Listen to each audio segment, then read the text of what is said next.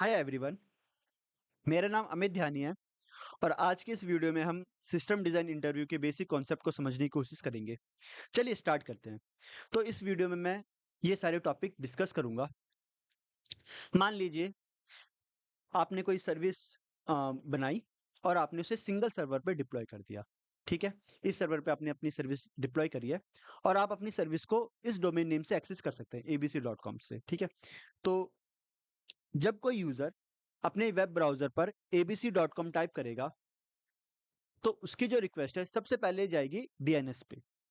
अब डीएनएस क्या करता है, एक मैपिंग स्टोर करता है जो कि डोमेन नेम की आईपी एड्रेस से होती है। तो ये भी ये बताता है कि इस डोमेन नेम पे जो मशीन है वो आपको इस आईपी एड्रेस पे मिल जाएगी। ठीक है, तो डीएनएस abc.com के करस्पॉन्डिंग जो आईपी एड्रेस है वो रिटर्न करता है एंड देन इस आईपी एड्रेस की मदद से जो रिक्वेस्ट है वो आपके सर्वर तक पहुंचती है। फिर उसके बाद आपका जो सर्वर है वो डेटाबेस से कुछ प्रोसेस करता है। Okay, and then final result user को सेंड कर देता है। ठीक है, तो ये ओवरऑल ओवरऑल फ्लो है कि कैसी रिक्वेस्ट क्लाइंट भेजेगा और उसे कैसे रिस्पॉन्स उसे मिलेगा। ठीक है, तो बट इसमें प्रॉब्लम तब आती है जब बहुत सारे यूजर आपकी सर्विस को यूज करना चाहते हैं और वो एक ही टाइम पे यूज करना चाहते हैं। ठीक है, तो हर सर्वर की एक लिमिट होती है। ठीक है, कि वो इस लोड से ज्यादा लोड वो हैंडल नहीं कर पाएगा। ठीक है, अगर उस पर्टिकुलर लोड से अगर ज़्यादा लोड उस सर्वर पे पड़ा तो वो क्रैश हो जाएगा या एक्सप्लोड हो जाएगा। ठीक है, तो हमें क्या चाहते हैं, हम ये चाहते हैं कि हम अपनी सर्विस को स्केल करना चाहते हैं ताकि ज़्यादा से ज़्यादा यूज़र हमारी सर्विस को यूज़ कर सके। ठीक है, तो अब बात है हम स्केलिंग कैसे करेंगे। तो स्केलिंग करने के दो तरीके होते हैं। सबसे बेसिक अप्रोच क्या होती है कि मान लीजिए अगर आपके पास ये कोई सर्वर है, इसकी कॉन्फ़िगरेशन ये है कि इसमें 1 कोर सीपीयू है और 4 जीबी रैम है। तो आप क्या कर सकते हो, थोड़ी-सी अच्छी मशीन खरीद सकते हो। ठीक है, ऐसी मशीन खरीद लो। ठीक है, जिसका 8 कोर सीपीयू हो गया और 64 जीबी रैम होगी। तो ये क्या करेगा, ज़्यादा नंबर ऑफ रिक्वेस्ट को ये हैंडल कर सकता है। ठीक है, तो आपने करा क्या, आपने अपनी जो सर्वर है उसे अपग्रेड कर दिया। ठीक है, तो इस टाइप की स्केलिंग को आप कहते हो वर्टिकल स्केलिंग। ठीक है, वर्टिकल स्केलिंग के कुछ फायदे होते हैं और कुछ नुकसान होते हैं।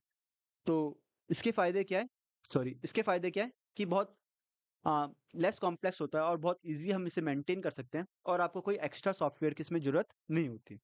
ठीक है, बट इसमें कुछ प्रॉब्लम होती है single point of failure. Single point of failure क्या कहता है कि अगर आपके पास सिर्फ और सिर्फ एक सर्वर है और वो सर्वर अगर फेल हो जाए तो आपकी सर्विस डाउन हो जाएगी। करेक्ट, तो एक सर्वर के डाउन डाउन होने से आपकी पूरी की पूरी सर्विस ही डाउन हो जाएगी। ठीक है, तो इसे कहते हैं सिंगल पॉइंट ऑफ फेलियर। ठीक है, और अगला है अपग्रेड लिमिटेशन। इसका मतलब क्या है कि अगर आपके पास एक सर्वर को अगर आप अपग्रेड कर रहे हो तो उसकी भी एक लिमिटेशन है कि आप इस हद तक ही आप उसे अपग्रेड कर सकते हो। फॉर एग्जांपल अगर आप 64 जीबी ऑफ रैम यूज कर रहे हो तो उसकी भी एक लिमिट है कि आप इतनी जीबी ऑफ रैम तक ही जा सकते हो और इतने स्टोरेज तक ही आप जा सकते हो या इतने सीपीयू तक ही आप जा सकते हो। ठीक है, तो अपग्रेड करने की भी एक लिमिट होती है। ठीक है, उससे ज्यादा आप अपग्रेड नहीं कर सकते। ठीक है, अगली टाइप ऑफ स्केलिंग पे देखते हैं, वो है हॉरिजॉन्टल स्केलिंग। तो हॉरिजॉन्टल स्केलिंग में हम क्या करते हैं कि एक सिंगल मशीन की जगह हम मल्टीपल मशीन यूज करते हैं ताकि जो इनकमिंग रिक्वेस्ट है वो इन मल्टीपल मशीन में डिस्ट्रीब्यूट हो जाए। ठीक है, और वो डिस्ट्रीब्यूट यूनिफॉर्मली होनी चाहिए। मतलब ऐसा ना हो कि एक सर्वर है और उस पे बहुत ज्यादा लोड पड़ रहा है और दूसरा वाला सर्वर है उस पे बहुत कम लोड पड़ रहा है, ऐसा नहीं होना चाहिए। ठीक है, यूनिफॉर्मली जो रिक्वेस्ट है वो बाकी सारे सर्वर्स में डिस्ट्रीब्यूट हो जाए। ओके, तो अब हॉरिजॉन्टल स्केलिंग के कुछ फायदे होते हैं, कुछ नुकसान होते हैं। फायदे क्या है कि परफॉर्मेंस बहुत अच्छी होती है। ठीक है, अब इसमें सिंगल पॉइंट ऑफ फेलियर नहीं होता। मतलब अगर एक सर्वर इसमें से अगर डाउन हो भी गया तो बाकी के सर्वर हैं जो आपकी सर्विस को संभाल लेंगे। ठीक है, तो एक सर्वर के डाउन होने से आपकी सर्विस डाउन नहीं होगी, है ना। तो सिंगल पॉइंट ऑफ फेलियर नहीं होता, जिसकी वजह से आपका फॉल्ट टॉलरेंस भी बहुत अच्छा होता है। ठीक है, बट इसके कुछ नुकसान भी हैं। नुकसान क्या है कि मल्टीपल सर्वर्स के लिए आपको कॉम्प्लेक्सिटी थोड़ी सी ज़्यादा हो जाती है, मेंटेनेंस कॉस्ट भी काफ़ी ज़्यादा हो जाती है। आगे देखते हैं, तो आपके पास ये बहुत सारे सर्वर्स हैं। ओके, यूज़र ने जैसी कोई रिक्वेस्ट भेज रहा है तो वो जो रिक्वेस्ट है वो यूनिफॉर्मली इनमें इन सर्वर्स में डिस्ट्रीब्यूट होनी चाहिए। तो आपको एक ऐसा सिस्टम चाहिए जो कि यूनिफॉर्मली आपकी रिक्वेस्ट सारे सिस्टम पे डिस्ट्रीब्यूट कर दे, ठीक है? तो ऐसा सिस्टम कौन होता है? लोड बैलेंसर होता है, ठीक है? तो लोड बैलेंसर एक एल्गोरिथम का यूज़ करता है जिसे हम कहते हैं कंसिस्टेंट हैशिंग। तो कंसिस्टेंट हैशिंग की मदद से ये जो भी लोड है वो यूनिफॉर्मली सारे सर्वर्स पे यूनिफॉर्मली डिस्ट्रीब्यूट कर देता है, ठीक है? तो कंसिस्टेंट हैशिंग के बारे में मैं अगली वीडियो में बताऊँगा। तो अभी हमारे पास मल्टीपल सर्वर्स हैं, ठीक है? अब ये यूज़र है, यूज़र ने abc.com टाइप किया, रिक्वेस्ट गई डीएनएस पे, डीएनएस ने आईपी एड्रेस रिटर्न किया। तो इस बार जो ये आईपी एड्रेस रिटर्न कर रहा है, ये लोड बैलेंसर का पब्लिक आईपी एड्रेस है, ठीक है? क्योंकि अभी तो आपके पास मल्टीपल सर्वर्स हैं, तो ये डीएनएस ये काम नहीं करेगा कि आप कौन से सर्वर पे आप रिक्वेस्ट जानी है, ठीक है? तो डीएनएस किसका आईपी एड्रेस देगा? लोड बैलेंसर का, ठीक है? और जब रिक्वेस्ट आपकी लोड बैलेंसर पे आएगी, तो लोड बैलेंसर का काम है वो अपने आप जो रिक्वेस्ट है वो किसी भी एक सर्वर पे भेज देगा, है ना? और कैसे भेजेगा? यूनिफॉर्मली भेजेगा, ठीक है? ओके। तो अगर आप सिंगल सर्वर सेटअप देखो, तो सिंगल सर्वर सेटअप में क्या था कि जब आपके मल्टीपल सर्वर्स थे, तो ये वाला जो सर्वर है, ये सारा लोड नहीं झेल पा रहा था, है ना? तो हमने ये वाली कहानी तो हमने कंप्लीट कर दी, है ना?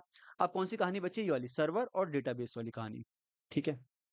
तो इन डिस्ट्रीब्यूटेड सिस्टम में क्या है कि अगर मल्टीपल रिक्वेस्ट आ रही है, तो लोड बैलेंसर क्या कर रहा है? रिक्वेस्ट को यूनिफॉर्मली डिस्ट्रीब्यूट कर दे रहा है डिफरेंट सर्वर्स पे, ठीक है? बट आपके पास अभी भी क्या है? सिर्फ एक सिंगल डेटाबेस सर्वर है। रिक्वेस्ट तो आपके पास बहुत सारी आ रही है ना? यहाँ पे तो आपकी लोड बैलेंसर सबकी रिक्वेस्ट डिस्ट्रीब्यूट कर दे रहा है, बट वो सारी की सारी रिक्वेस्ट कहाँ जा रही है? एक सिंगल डेटाबेस पे जा रही है ना? और सिंगल डेटाबेस इतनी सारी रिक्वेस्ट जरूरी नहीं कि वो हैंडल कर पाए। तो आपको क्या करना पड़ेगा? आपको मल्टीपल डेटाबेस के सर्वर लेना पड़ेगा। मतलब आपको इसके लिए भी आपको हॉरिजॉन्टल स्केलिंग करनी पड़ेगी, ठीक है? तो आपने क्या किया? मल्टीपल डेटाबेस के सर्वर ले लिए, ठीक है? ओके। बट अब यहाँ पे भी एक छोटी सी प्रॉब्लम आ जाती है। अब प्रॉब्लम क्या आती है? मान लीजिए ये कोई यूजर है, इस यूजर ने अपने बैंक अकाउंट में 5,000 रुपए ट्रांसफर करे, ठीक है? तो अब कहानी क्या होगी? जैसे इसने डिपॉजिट करे होंगे, ठीक है? तो वैसे एक एपीआई कॉल हुई होगी कि डिपॉजिट वाली एपीआई कॉल हुई होगी, जो कि इस यूजर का अकाउंट बैलेंस अपडेट करेगी, ठीक है? तो मान लीजिए कि अब वो जो रिक्वेस्ट है वो इन सब में सारे सर्वर में से किसी भी सर्वर पे भेज सकता है लोड बैलेंसर, है ना? तो लोड बैलेंसर ने वो रिक्वेस्ट इस सर्वर पे भेजी, ठीक है? और ये सर्वर क्या करेगा? डेटाबेस में जाएगा, है ना? और उस यूजर के करस्पॉन्डिंग उसका जो अकाउंट बैलेंस है उसे अपडेट कर देगा, ठीक है? तो इस सर्वर ने मान लीजिए इस वाले डेटाबेस से कनेक्ट किया और यहाँ पे आके उसने यूजर का बैलेंस अपडेट कर दिया, ठीक है? ठीक है। उसके बाद क्या होता है कि मान लीजिए कि यूज़र ने क्या किया, अपना बैलेंस चेक किया कि ओके मेरा लगता है पैसे ट्रांसफर आ गए मेरे उसमें, अब मैं अपना एक बार बैलेंस चेक कर लेता हूँ। जैसे इसने बैलेंस चेक किया तो एक और एपीआई कॉल हुई होगी बैलेंस चेक करने की, तो दोबारा से जो लोड बैलेंसर ने रिक्वेस्ट इन सारे सर्वर में से किसी एक सर्वर पे भेजा होगा, है ना? तो मान लीजिए इस बार जो रिक्वेस्ट गई वो इस वाले सर्वर पे गई। तो इस वाले सर्वर ने अगेन अपने डेटाबेस में से चेक किया होगा कि भाई इसका यूज़र का बैलेंस कितना है, ठीक है? तो मान लीजिए इस बार उसने जो रिक्वेस्ट करी वो इस वाले डेटाबेस से करी। बट अब प्रॉब्लम क्या हुई कि जो डेटाबेस अपडेट हुआ वो ये वाला डेटाबेस अपडेट हुआ, है ना? यूज़र ए का जो बैलेंस है वो इस वाले डेटाबेस में अपडेट हुआ है। इस वाले डेटाबेस में तो अपडेट हुआ ही नहीं है। ये वाला क्या करेगा? अपना पुराना वाला बैलेंस रिटर्न करेगा, करेक्ट? है ना? तो यूज़र को क्या लगेगा, अरे कि यार मेरे पैसे तो अभी ऐड ही नहीं हुए, है ना? तो ये क्या हुआ, ये एक प्रॉब्लम आ गई। इस प्रॉब्लम को क्या कहते हैं? इनकंसिस्टेंट डेटा प्रॉब्लम कहते हैं, ठीक है? तो इस प्रॉब्लम को हम दूर कैसे करते हैं? इस प्रॉब्लम को दूर करते हैं यूजिंग डेटा रेप्लिकेशन। तो डेटा रेप्लिकेशन क्या होता है कि इसके थ्रू क्या होता है कि जैसे ही कोई डेटाबेस कोई भी अगर डेटाबेस पे चेंज होता है, तो वो चेंज बाकी सर्वर पे ऑटोमेटिकली अपडेट हो जाते हैं। जैसे मान लीजिए अगर ये सर्वर पे चेंज हुआ है ना, इस पे राइट हुआ, तो ये राइट क्या होगा, बाकी सारे डेटाबेस में वो राइट रेप्लिकेट हो जाएंगे, ताकि सारे डेटाबेस आपस में सिंक में रहे और सबके पास सेम कॉपी रहे, ठीक है? तो ये होता है डेटा रेप्लिकेशन, ठीक है? थोड़ा सा डेटा रेप्लिकेशन के बारे में पढ़ते हैं। तो डेटा रेप्लिकेशन बहुत इंपॉर्टेंट टेक्निक होती है, ठीक है? तो इसमें से जो एक पॉपुलर आर्किटेक्चर होता है वो ये वाला होता है, मास्टर स्लेव आर्किटेक्चर। तो इसके बारे में हम देखते हैं। तो इसमें हम करते क्या कि हम अपने डेटाबेस को कैटेगरीज में डिवाइड करते हैं। ओके, तो दो कैटेगरीज बनाते हैं हम डेटाबेस की। एक को नाम देते हैं मास्टर डेटाबेस, एक को नाम देते हैं स्लेव डेटाबेस। तो मास्टर डेटाबेस वो डेटाबेस होते हैं जहाँ पे हम सारी राइट रिक्वेस्ट हैंडल करते हैं, और स्लेव डेटाबेस वो होते हैं जहाँ पे हम सारी रीड रिक्वेस्ट हैंडल करते हैं, ठीक है। तो जैसी कोई राइट की रिक्वेस्ट आती है तो सबसे वो राइट की रिक्वेस्ट आती है मास्टर डेटाबेस पे, तो मास्टर डेटाबेस पे वो राइट हो जाता है, ठीक है। फिर उसके बाद वो अपने सारे स्लेव डेटाबेस में रेप्लिकेट कर देता है उस डेटा को, ठीक है। तो जैसे वो रेप्लिकेट करता है तो सारे के सारे जो रेप्लिकाज मतलब सारे के सारे जो स्लेव डेटाबेस होता है उन पे भी सेम ही डेटा रहता है, ठीक है। और जैसी कोई रीड की रिक्वेस्ट आती है तो रीड की रिक्वेस्ट ये स्लेव डेटाबेस प्रोसेस करते हैं, ठीक है। एग्जाम्पल देखते हैं, ठीक है। मान लीजिए आपके सर्वर्स थे, ठीक है, और कोई राइट की रिक्वेस्ट आई, जैसी कोई राइट की रिक्वेस्ट आई तो वो मास्टर डेटाबेस पे जाएगी और मास्टर डेटाबेस प्रोसेस करेगा और फिर उसके बाद वो अपने जितने भी स्लेव डेटाबेस है उन्हें वो अपडेट कर देगा, ठीक है। अब जैसी कोई रीड की रिक्वेस्ट आएगी तो रीड की रिक्वेस्ट जाएगी स्लेव वाले डेटाबेस पे, तो रीड की रिक्वेस्ट आएगी तो वो सारे के सारे मतलब उनमें से कोई सा भी जो स्लेव वाला डेटाबेस है उनमें से वो किसी से भी वो रिक्वेस्ट ले लेगा, मतलब उससे वो डेटा ले लेगा, ठीक है। अब इस मास्टर स्लेव अप्रोच में एक छोटी सी एक प्रॉब्लम होती है, वो प्रॉब्लम समझते हैं, ध्यान देना। मान लीजिए कि यहाँ पे एक राइट की रिक्वेस्ट आई, ठीक है। तो मास्टर डेटाबेस पे आई और मास्टर डेटाबेस क्या कर रहा है, उस रिक्वेस्ट को प्रोसेस कर रहा है, ठीक है, राइट वाइट कर रहा है और रेप्लिकेट कर रहा है, ठीक है। मान लीजिए लेकिन उसी समय मान लीजिए एक रीड की रिक्वेस्ट भी आई, ठीक है, और वो स्लेव डेटाबेस पे चली गई, है ना। अगर मास्टर का राइट अभी तक रेप्लिकेट नहीं हुआ है ना, अगर ये राइट अभी तक रेप्लिकेट नहीं हुआ तो स्लेव डेटाबेस क्या करेगा, पुराना डेटाबेस रिटर्न करेगा, करेक्ट। इसकी वजह से क्या होगा, अगेन इनकंसिस्टेंट डेटा प्रॉब्लम आएगी, ठीक है। बट अब बात यह है कि जो इनकंसिस्टेंट डेटा प्रॉब्लम आएगी ये सिर्फ कुछ टाइम के लिए आएगी, है ना। एक बार जैसे ही डेटा रेप्लिकेट कर जाएगा सारे स्लेव पे तो जो स्लेव वाला है वो करेक्ट रिजल्ट देना चालू कर देगा, समझ आ रही है, ठीक है। तो इस कॉन्सेप्ट को कहते हैं इवेंचुअल कंसिस्टेंसी। इवेंचुअल कंसिस्टेंसी का मतलब होता है कि कुछ टाइम के लिए डेटा इनकंसिस्टेंट रहेगा फिर उसके बाद डेटा कंसिस्टेंट हो जाएगा, ठीक है। ओके, तो इवेंचुअल कंसिस्टेंसी क्या कहता है कि after write read will eventually see, may take few millisecond, ठीक है, कि कुछ टाइम लगेगा बट उसके बाद आपको एकदम कंसिस्टेंट डेटा मिलेगा, है ना। बट कुछ टाइम तक हो सकता है कि आपको इनकंसिस्टेंट डेटा मिले, ठीक है। इस कॉन्सेप्ट कहते हैं इवेंचुअल कंसिस्टेंसी। अब इवेंचुअल कंसिस्टेंसी बहुत जगह यूज होती है, तो जैसे यूट्यूब में यूज होती है, जैसे कि अगर आप कोई व्यू देखना चाहते हो कि इस वीडियो में कितने व्यू आए तो वहां पे भी इवेंचुअल कंसिस्टेंसी यूज होती है कि वहां पे ऐसा नहीं है कि जैसे ही कोई वीडियो व्यू हुई अम, तुरंत ही मतलब वो दिख जाएगा, है ना। हो सकता है कि वो दिखने में थोड़ा टाइम लगा बट थोड़ी टाइम बाद वो अपना व्यू वगैरह दिखने चालू हो जाते हैं, ठीक है। जीमेल में भी यूज होती है, डीएनएस में यूज होती है, और भी सोशल मीडिया के जितने प्लेटफॉर्म है जहाँ पे मतलब रियल टाइम हैंडलिंग के लिए इवेंचुअल कंसिस्टेंसी का यूज किया जाता है, ठीक है। अब क्वेश्चन क्या है कि यार मैं चाहता हूं कि मेरे सिस्टम में बिल्कुल भी इनकंसिस्टेंसी नहीं आए, है ना। जैसे पुराने वाले सिस्टम मैंने क्या देखा कि इनकंसिस्टेंसी आई, थोड़ी देर के लिए आई बट उसके बाद मेरे को कंसिस्टेंट डेटा मिला, है ना। बट मैं चाहता हूं कि मेरे सिस्टम में बिल्कुल भी कंसिस्टेंसी ना आए, क्या ऐसा पॉसिबल है? हाँ, ऐसा पॉसिबल है, ठीक है। और ऐसे सिस्टम को हम कहते हैं स्ट्रॉन्ग कंसिस्टेंट सिस्टम, ठीक है। अब क्या होता है ये स्ट्रॉन्ग कंसिस्टेंसी, इसको समझते हैं, ठीक है। मान लीजिए जैसे ही राइट होता है, ठीक है, मान लीजिए राइट की रिक्वेस्ट आई स्लेव डेटाबेस पे, स्लेव डेटाबेस अभी राइट कर रहा है, ठीक है। और उसी टाइम अगर कोई रीड की रिक्वेस्ट आती है, ठीक है, तो ये रीड की रिक्वेस्ट को हम ब्लॉक कर देते हैं कि जब तक मास्टर डेटाबेस जब तक डेटा को सही से राइट करके रेप्लिकेट नहीं कर देता तब तक मैं कोई भी रीड की रिक्वेस्ट को मतलब सारी रीड की रिक्वेस्ट को मैं ब्लॉक कर दूंगा, ठीक है।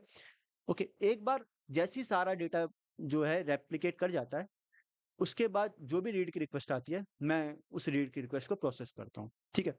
तो ऐसे हो क्या रहा है कि आपको कभी भी गलत डेटा नहीं मिलेगा, इनकंसिस्टेंट डेटा नहीं मिलेगा। बट प्रॉब्लम ये क्या आ रही है इसमें कि थोड़ी जैसी जब आप रिक्वेस्ट को ब्लॉक कर रहे हो तो इसका मतलब आप अपने सिस्टम को यूज नहीं कर सकते, है ना। तो उस टाइम क्या होगा, आपका सिस्टम जो होगा अनअवेलेबल हो जाएगा कुछ टाइम के लिए, ठीक है।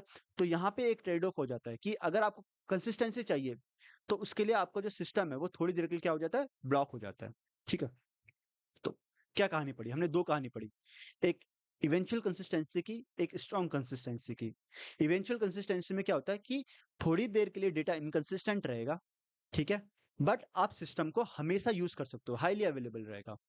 स्ट्रॉन्ग कंसिस्टेंसी में क्या रहेगा, डेटा कंसिस्टेंट रहेगा, आपको सिस्टम कभी भी गलत डेटा नहीं देगा, हमेशा सही डेटा देगा, ठीक है। बट कंसिस्टेंट होने की वजह से सिस्टम जो है वो थोड़ी देर के लिए अनअवेलेबल हो जाएगा, ठीक है? तो कई बार जब भी इंटरव्यू में क्वेश्चन आते हैं तो वो यहाँ पे ये पूछा जाता है कि अ, हम कौन-सा वाला सिस्टम चूज़ करें, इवेंचुअल कंसिस्टेंसी और स्ट्रॉन्ग कंसिस्टेंसी, तो वहाँ पे एक अच्छा डिस्कशन हो सकता है, ठीक है? आगे देखते हैं कैप थ्योरम। तो कैप थ्योरम डिस्ट्रीब्यूटेड सिस्टम के लिए बहुत इंपॉर्टेंट कॉन्सेप्ट है। इसका क्या मतलब होता है? सीएपी का मतलब क्या होता है? सी का मतलब होता है कंसिस्टेंसी, कंसिस्टेंसी का मतलब करेक्ट और अपडेटेड डेटा मिलना चाहिए। अगर कोई क्लाइंट सेंड कर रहा है तो उसे हमेशा करेक्ट और अपडेटेड डेटा मिले। अवेलेबिलिटी, अवेलेबिलिटी ए मतलब अवेलेबिलिटी, अवेलेबिलिटी का मतलब होता है कि क्लाइंट अगर मुझे रिक्वेस्ट कर रहा है तो उसे हमेशा रिस्पॉन्स मिलना चाहिए, उसकी रिक्वेस्ट कभी ब्लॉक नहीं होनी चाहिए, ठीक है? पी मतलब होता है पार्टीशन टॉलरेंस। ये क्या कहता है कि अगर नेटवर्क फेलियर हो जाता है उसके बाद भी मेरा सिस्टम वर्क करना चाहिए, ठीक है? तो कैप थ्योरम क्या कहती है? तो ये तो सीएपी 3 की फुल फॉर्म है। कैप थ्योरम क्या कहती है कि इन 3 फीचर में से आप सिर्फ 2 फीचर ही अचीव कर सकते हो, ठीक है? किसी भी सिस्टम में तीनों फीचर अचीव करना पॉसिबल नहीं है। आप सिर्फ 2 फीचर ही, मैक्सिमम 2 फीचर ही इसमें अचीव कर सकते हो, ठीक है? अब हम लोग डिस्ट्रीब्यूटेड सिस्टम की बात कर रहे हैं जहाँ पे मल्टीपल सर्वर्स है, तो ऐसे में नेटवर्क फेलियर आना बहुत कॉमन है, ठीक है? तो नेटवर्क फेलियर आ रहा है और मैं चाहता हूँ नेटवर्क फेलियर बहुत ज़्यादा कॉमन है और मैं चाहता हूँ नेटवर्क फेलियर में मेरा सिस्टम काम करे ही करे, ठीक है? तो मैं पार्टीशन टॉलरेंस तो मेरे लिए बहुत ज़्यादा ज़रूरी है। अब मुझे डिसाइड करना पड़ेगा कि मुझे कंसिस्टेंसी लेनी है या अवेलेबिलिटी लेनी है, ठीक है? तो यहाँ पे बात है कि अब मेरा सिस्टम या तो कंसिस्टेंट एंड पार्टीशन टॉलरेंस हो सकता है या मेरा सिस्टम अवेलेबल और पार्टीशन टॉलरेंस हो सकता है, ठीक है? इन दोनों में से मैं एक ही चीज़ चूज़ कर सकता हूँ, कंसिस्टेंसी और अवेलेबिलिटी में दोनों चूज़ नहीं कर सकता, सिंपल सी बात है। और यही चीज़ मैंने लास्ट स्लाइड में बताई थी कि अगर आपने इवेंचुअल कंसिस्टेंसी चूज़ करी, तो आपका सिस्टम कंसिस्टेंट नहीं रहेगा, थोड़ी देर के इनकंसिस्टेंट रहेगा बट हाईली अवेलेबल रहेगा, ठीक है? और अगर आपने स्ट्रॉन्ग कंसिस्टेंसी चूज़ करी, तो कंसिस्टेंट तो रहेगा बट अवेलेबिलिटी उसकी कम हो जाएगी, ठीक है? तो यही हमारी कैप थ्योरम थी, ठीक है? आगे बढ़ते हैं, ठीक है? तो ये मेरा ओवरऑल फ्लो बन रहा है, ठीक है? थोड़ा इस चीज़ को देखते हैं। अब क्या है कि ये मेरा डेटाबेस है और मैं डेटाबेस का मैंने रेप्लिका ले रखा है, ठीक है? रेप्लिका क्यों लिया है? क्योंकि हो सकता है मेरा डेटाबेस कभी अ, लाइक शट डाउन हो जाए, मतलब ये डेटाबेस मैं यूज़ ना कर पाऊँ, है ना? या सिंगल डेटाबेस पे मैं सारी रिक्वेस्ट हैंडल नहीं कर सकता, है ना? तो इसलिए मैं रेप्लिका बनाता हूँ, ठीक है? अब क्या कहानी है कि मान लीजिए जैसे-जैसे आपके यूज़र बढ़ते हैं, ठीक है? वैसे-वैसे आपका डेटा भी क्या होता रहता है? बढ़ता जाता है, ठीक है? तो आपका जो सिंगल डेटाबेस है, इतना सफिशिएंट नहीं होता कि मैं इसमें सारा का सारा डेटा स्टोर कर सकूँ। क्यों? क्योंकि इसकी स्टोरेज की भी एक कैपेसिटी होती है कि इसमें 100 जीबी डेटा स्टोर हो सकता है या 200 जीबी डेटा स्टोर हो सकता है, ठीक है? अगर आपका डेटा बहुत ज़्यादा हो गया, तो आप सिंगल सर्वर में उसे स्टोर ही नहीं कर सकते। आपको क्या करना पड़ेगा? बड़े से डेटा को छोटे-छोटे डेटाबेस में स्टोर करना पड़ेगा, ठीक है? इस कॉन्सेप्ट को कहते हैं डेटा शार्डिंग। ठीक है? डेटा शार्डिंग क्या कहता है कि आपने बड़ा-सा डेटाबेस लिया, उसे मल्टीपल छोटे-छोटे डेटाबेसेस में आपने स्टोर करा, ठीक है? फॉर एग्ज़ाम्पल जैसे ये आपके यूज़र्स हैं, इस वाले डेटाबेस में आपने इस यूज़र का डेटा रखा, इस वाले डेटाबेस में आपने इन यूज़र का डेटा रखा, ठीक है? तो आपने अपना जो पूरा डेटाबेस है, वो एक जगह नहीं रखा, आपने अपना पूरा बड़ा डेटाबेस छोटे-छोटे डेटाबेस में तोड़ दिया, ठीक है? इसी को हम कहते हैं डेटा शार्डिंग। और आपने ये छोटे-छोटे जो डेटाबेस बनाए, इन्हें कहते हैं शार्ड्स कहते हैं, ठीक है? ओके। एंड अब इसमें एक और बात आ गई कि जैसे मान लीजिए आपने इसमें कुछ यूजर्स का डेटा रखा, मान लो वो यूजर का डेटा रखा जिनकी यूजर आईडी लेट अज्यूम 3 से डिवाइड होती है, लेट अज्यूम, ओके।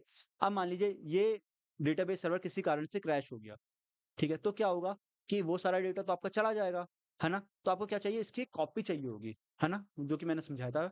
तो आपको क्या करना पड़ेगा? डेटा रेप्लिकेशन का आपको यूज करना पड़ेगा, ठीक है?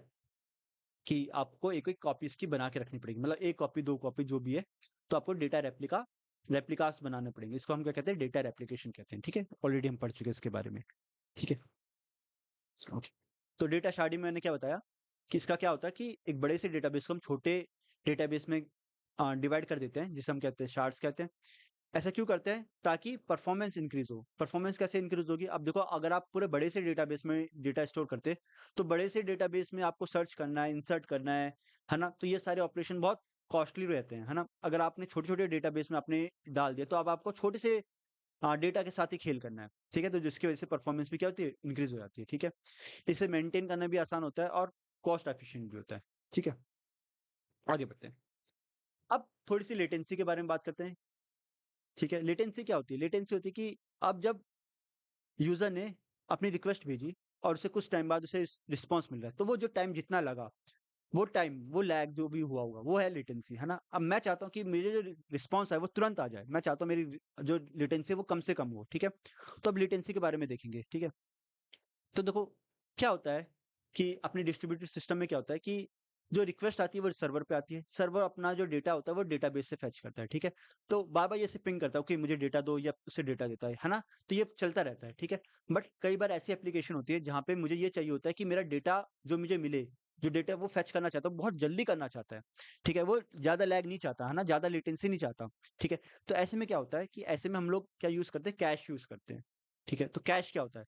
कैश जो होता है वो एक फास्ट मेमोरी होता है ना? इसमें हम फ्रीक्वेंटली एक्सेस डेटा को स्टोर करते हैं, मतलब वो डेटा जो फ्रीक्वेंटली यूज हो रहा है या बहुत ज्यादा यूज हो रहा है, ठीक है? वो सारा डेटा हम कहाँ रख देते हैं, कैश में रख देते हैं। और कैश क्या होती है, बहुत फास्ट होती है, ठीक है?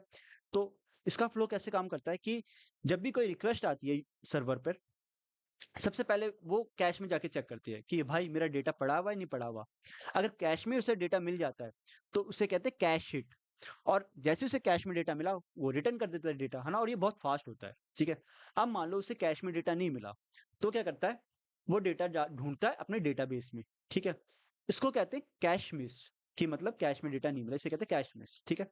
एक बार उसे जब डेटाबेस में डेटा मिल जाता है, वो डेटा लेता है और अपने कैश में स्टोर करता है। कैश में एक बार डेटा स्टोर हो गया, फिर वो वापस वो डेटा सर्वर को रिटर्न कर देता है, ठीक है? तो ये सारी कहानी है कैश की, ठीक है? अब कैश के बारे में कुछ और प्रॉपर्टीज भी हैं, वो भी देख लेते हैं। तो पहली तो मैंने बताया कि वो फास्ट तो बहुत फास्ट होता है कैश। दूसरा क्या है, एक्सपेंसिव है यार। अगर वो फास्ट है तो उसके लिए आपको ज्यादा पैसे देने पड़ेंगे, ठीक है? एक्सपेंसिव होता है, ठीक है? अब कैश का हमें तब इस्तेमाल करना चाहिए जब ऐसी एप्लीकेशन हम बना रहे हो जब वो जहाँ पे मुझे बहुत रीड करना है, रीड जहाँ पे बहुत फ्रीक्वेंटली हो रहा होगा वहां पे मुझे कैश का इस्तेमाल करना चाहिए। नेक्स्ट क्या है कि ये वोलेटाइल मेमोरी होती है। वोलेटाइल मेमोरी मतलब कि जो कैश में जो डेटा स्टोर होता है वो टेम्परेली डेटा स्टोर होता है, कि अगर आपका ये रीस्टार्ट हो जाए, कैश रीस्टार्ट हो जाए, तो आपका जो जितना भी डेटा होता है वो सारा का सारा उड़ जाता है, ठीक है? और इसमें आप जो भी डेटा स्टोर करते हो वो टेम्परेली स्टोर करते हो, मतलब 2 घंटे के लिए स्टोर कर दोगे, 3 घंटे के स्टोर करोगे, 24 घंटे के लिए स्टोर करोगे। तो एक टाइम पीरियड होता है कि इतने टाइम के लिए आपको डेटा स्टोर करना है, तो वो होता है एक्सपायरेशन पॉलिसी, वो बताती है कि कितने टाइम के लिए आपको डेटा उसमें स्टोर करना है, ठीक है? इतने टाइम बाद, अगर जो भी आपने टाइम पीरियड उसमें डिफाइन करा होगा, उतने टाइम बाद आपका जो डेटा है वो कैश से उड़ जाता है, ठीक है? तो इसलिए लिखा है ये वॉलेटाइल मेमोरी है, इसकी एक्सपायरेशन पॉलिसी है, और इसी कारण से जो भी आपका जो इंपॉर्टेंट डेटा है वो आपको एक परसिस्टेंट डेटाबेस में स्टोर करना चाहिए, रेडिस में नहीं करना चाहिए। क्यों? क्योंकि रेडिस में तो एक एक्सपायरेशन पॉलिसी है और वो एक वॉलेटाइल मेमोरी है, ठीक है? जैसी रिस्टार्ट होगी वो उसका डेटा सारा उड़ जाएगा, ठीक है? तो इसलिए आपको सारा का सारा डेटा, जो भी इंपॉर्टेंट डेटा है वो डेटा परसिस्टेंट डेटाबेस में स्टोर करना चाहिए, ठीक है? आगे देखते हैं। नेक्स्ट टॉपिक है सीडीएन, ठीक है? तो सीडीएन क्या कहानी है? अब मान लीजिए आपने एक सर्विस बनाई और सर्विस आपकी रशिया में है, ठीक है? सर्विस मतलब आपका जो सर्वर है वो आपने रशिया में डिप्लॉय करा हुआ है, ठीक है? और एक रिक्वेस्ट, कोई यूजर इंडिया में है, उसने एक रिक्वेस्ट भेजी, ठीक है? तो क्या होगा कि सबसे पहले जो रिक्वेस्ट है वो इंडिया से रशिया जाएगी, ठीक है? वहां पे रशिया में प्रोसेस होगी, एंड देन वहां से फिर जो रिस्पॉन्स है वापस इंडिया आया जाएगा, ठीक है? तो इसमें काफी टाइम लग जाता है, ठीक है? अब मैं चाहता हूँ, मेरी लेटेंसी इतनी ना नहीं चाहता मैं कि पहले यहाँ से इंडिया से रशिया जाए, रशिया से वापस इंडिया आए, मैं नहीं चाहता कि इतना इतना टाइम लगे। तो उसके लिए हम लोग क्या यूज करते हैं, सीडीएन का इस्तेमाल करते हैं, कंटेंट डिलीवरी नेटवर्क का इस्तेमाल करते हैं। तो सीडीएन में क्या होता है, सीडीएन में आपके जो सर्वर्स होते हैं वो डिफरेंट जियोग्राफिकल लोकेशन में डिप्लॉय होते हैं, मतलब एक रशिया में हो गया, एक इंडिया में हो गया, एक दूसरी जगह हो गया, है ना? तो सर्वर्स जो आपके डिफरेंट डिफरेंट जियोग्राफिक लोकेशन में डिप्लॉय किए जाते हैं, ठीक है? तो इसका प्रोसेस कुछ इस तरीके से रहता है कि मान लीजिए कोई यूजर है, यूजर कुछ डेटा चाहिए था, ठीक है? मान लो जैसे कोई गाना सुनना है, कोई कोई सॉन्ग चाहिए, कोई इमेज चाहिए, या कोई नेटफ्लिक्स पे कोई मूवी देख रहा है तो उसे कोई मूवी चाहिए, ठीक है? तो सबसे पहले वो डेटा होता है वो चेक करता है अपने नियरेस्ट सीडीएन पे, क्या नियरेस्ट नियरेस्ट सीडीएन पे वो डेटा अवेलेबल है या नहीं है, ठीक है? तो मान लीजिए मैंने इमेज लिखा हुआ है, तो वो इमेज चेक करेगा कि मेरे नियरेस्ट सीडीएन कौन सा, मान लीजिए इंडिया वाला नियरेस्ट सीडीएन है, तो वहाँ चेक करेगा कि डेटा प्रेजेंट है या नहीं है। अगर नियरेस्ट सीडीएन में डेटा प्रेजेंट होगा तो वो यहीं से डायरेक्टली उसे रिटर्न कर देगा। अगर डेटा नहीं मिला उसे, तो वो जो उसका मेन सर्वर है, रिक्वेस्ट वहां पे जाएगी, फिर वहां से वो डेटा इस सीडीएन पे लाया जाएगा, ठीक है? एक बार डेटा सीडीएन पे फिर स्टोर करा जाएगा, सीडीएन पे डेटा स्टोर हो गया तो फिर उस डेटा को हम यूजर को रिटर्न कर देंगे, ठीक है?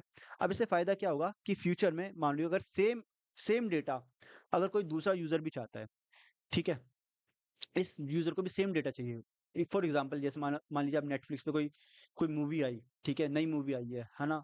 और इसे वो मूवी देखनी थी, तो वो मूवी इसने देखी and after that same person को भी दूसरी सेम मूवी देखनी थी, तो इसके लिए क्या होगा कि वो भी मान लीजिए उसके लिए सेम जो सामने वाला सीडियन वो इंडिया ही है ना? तो यहाँ पे उसने सर्च करा, ठीक है? बट यहाँ पे अब जो रिक्वेस्ट है वो दोबारा रशिया तक नहीं जाएगी, क्योंकि वो जो डेटा है वो इस इंडिया वाले सीडियन में ऑलरेडी स्टोर है, ठीक है? तो ये बेसिकली कैश की तरह काम करता है और कुछ नहीं है, ठीक है? तो यहीं से इसे रिस्पॉन्स मिल जाएगा, ठीक है? तो ये जो मैकेनिज्म हमने अभी देखा, इस मैकेनिज्म को कहते हैं पुल सीडियन मैकेनिज्म। पुल सीडियन क्यों कहते हैं? क्योंकि आप पुल कर रहे हो data from the main server, ठीक है? कि आपने अपने मेन सर्वर पे अभी डेटा सॉरी आपने अपने सीडीएन पे भी आपने डेटा नहीं रखा। जैसी रिक्वेस्ट आ रही है सीडीएन पे, आप फिर मेन सर्वर पे जा रहे हो, वहां से डेटा आप ला रहे हो, ठीक है? इसे कहते हैं पुल सीडीएन। एक और सीडीएन होता है जिसको कहते हैं पुश सीडीएन। पुश सीडीएन क्या कहता है कि इसका जो प्रोसेस है थोड़ा सा अलग होता है कि मान लीजिए जैसे ही कोई कंटेंट आता है, तो सबसे पहले जो कंटेंट होता है वो जितने भी डिफरेंट ज्योग्राफिकल जो सीडीएन सर्वर है उस पे अपलोड कर दिया जाता है। जैसे कि कोई ऐसी ही मूवी आई नेटफ्लिक्स पे जो कि बहुत ज्यादा मतलब सब लोग देखना चाहते हैं, है ना? तो क्या होगी, वो जो मूवी है वो जितने भी सीडीएन है उसमें पहले से अपलोड कर दी जाएगी, ठीक है? तो जब कोई यूजर रिक्वेस्ट करेगा तो उसे उस सीडीएन पे ऑलरेडी वो डेटा मिल जाएगा, ठीक है? तो पुश सीडीएन तब यूजफुल होता है जब आपको ऐसा कंटेंट चाहिए जो फ्रिक्वेंटली यूज किया जाए, ठीक है? तो इसका फ़ायदा क्या होता है? इसका फ़ायदा ये होता है कि जो कंटेंट है वो ऑलरेडी आपके सीडीएन पे पड़ा रहता है, ठीक है? तो जो लेटेंसी है वो काफ़ी कम हो जाती है, ठीक है? ओके, तो इसके फ़ायदे और नुकसान देख लेते हैं। तो सीडीएन के बारे में बता दिया कि ये डिस्ट्रीब्यूटेड नेटवर्क होता है, ठीक है? सर्वर्स का जिसमें वेब कंटेंट या जो इमेज, वीडियो, एचटीएमएल फाइल जो कि आप इन इन लोकेशन पे आप स्टोर करते हो, ठीक है? फ़ायदा क्या होता है कि परफ़ॉर्मेंस बहुत ज़्यादा अच्छी होती है, लेटेंसी बहुत कम होती है, ठीक है?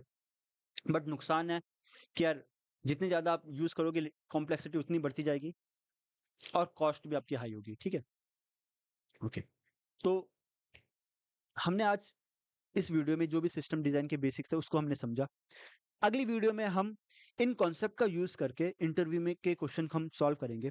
मिलते हैं हम लोग अगली वीडियो में, तब तक के लिए बाय। Take care.